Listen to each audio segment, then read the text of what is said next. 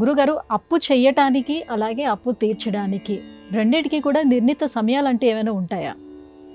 అవసరం అనేది పెద్దది.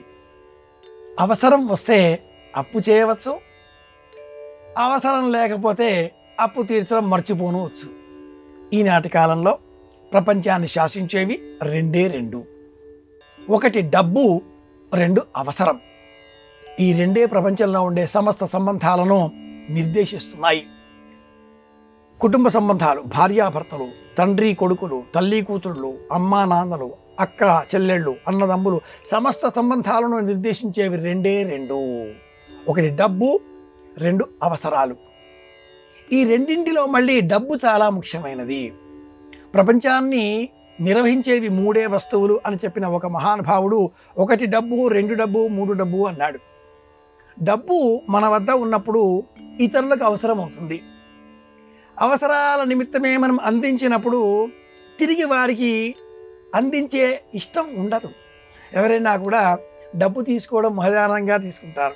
ఇవ్వాలి అనేసరికి మీనమేషాలు లెక్క పెడుతూ ఉంటారు. పువ్వుల్లో పెట్టి తిరిగి ఇచ్చేస్తానంటారు. మనం అడిగితే పువ్వులు బాగా ఖరీదున్నాయండి, పువ్వులు కొనలేకపోతున్నాను, కొన్నాక ఇస్తాను అని చెబుతూ ఉంటారు. అలాంటి ఆ డబ్బును అప్పు తీర్చాలి. మంగళవారం నాడు అప్పు తీర్చాలి. అప్పు తెచ్చుకోవాలి. బుధవారం నాడు తెచ్చుకోవాలి. ఈ రెండింటికి సంబంధం ఉంది. మంగళవారం నాడు అప్పు తీర్చితే గొడవలు ఉండవు. బుధవారం నాడు అప్పు తెచ్చుకుంటే ఇచ్చిన వ్యక్తికి అడిగే విషయంలో కాస్త వెనుకంజ వేస్తూ ఉంటాడు. బుధుడు కదా, శ్రీమన్నారాయణమూర్తి అనుగ్రహ దైవం కదా, వెనక ముందులు ఆలోచిస్తూ ఉంటాడు. డబ్బు తెచ్చుకోవడం ఆలోచించే చోట, తీర్చడం అనవసర గొడవలు ఎందుకు అన్న చోట. కనుక తీర్చడం మంగళవారం, తెచ్చుకోవడం బుధవారం అంటూ ఉంటారు ప్రాచీనులు. ఇందులోంచే పుట్టింది ఈరోజు మంగళవారం కదా అన్నమాట. దురర్థంగా లోకంలో వ్యాపించవచ్చునుగాక, కానీ డబ్బుకు సంబంధించి అప్పులు తీర్చేటటువంటి రోజు మంగళవారం అన్నట్టు. పూర్వకాలంలో ఒక సినిమా కూడా ఉంది, అప్పు చేసి పప్పుకూడు. తెచ్చుకునే సమయంలో వడ్డీ ఎంతైనా రాసుకొని, మనం ఇచ్చినప్పుడు కదా, తీసుకున్నప్పుడు కదా, లెక్కలు రాసుకుంటాడు రాసుకొని అనేటటువంటి మాటతో ఆ చిత్రరాజం ప్రారంభం అవుతుంది.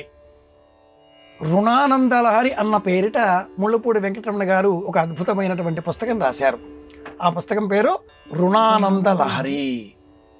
ఎంత అద్భుతంగా ఆరంభం చేశాడు ఆ మహానుభావుడు ఆ పుస్తకాన్ని అంటే, సూర్యుడు ఉదయం లేవగానే ఈ భూమి దగ్గర నుంచి నీటిని అప్పుగా తీసుకున్నాడు. అవి మబ్బులుగా ఆకాశంలో ప్రవహించాయి, వడ్డీ రూపంలో వర్షించాయి. రుణానందలహరి అనే వాక్యంలోనే అప్పుడే తెల్లవారిందా అంటూ కథానాయకుడు కళ్ళు తెరిచి అలా సూర్యుని వైపు చూస్తాడు. మీరు అప్పు చేయడం ప్రారంభించారన్నమాట అంటాడు. అప్పుడే తెల్లవారిందా రుణానందలహరి.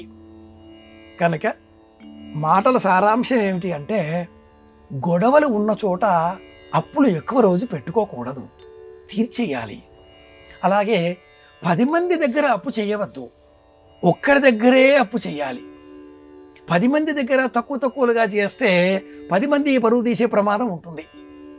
ఒకే చోట అప్పు చేస్తే ఇచ్చినది మళ్ళీ తిరిగి రాబట్టుకోవడం కోసం మళ్ళీ ఇస్తూనే ఉంటాడు. గొడవలు వచ్చే చోట తీర్చేయాలి, గొడవలు లేని చోట తెచ్చుకోవాలి. మంగళవారం అప్పు తీర్చేయాలి, బుధవారం నాడు కొత్త అప్పులు చెయ్యాలి. కలియుగ ప్రత్యక్ష దైవం ఏడుకొండలవాడు వడ్డీ కాసులవాడు కదా. పెళ్లి కోసం 1400 రామముద్రికలు కుబేరుని వద్ద అప్పు తెచ్చుకున్నాడు కదా. ఆయనకంటే ఎక్కువ మనం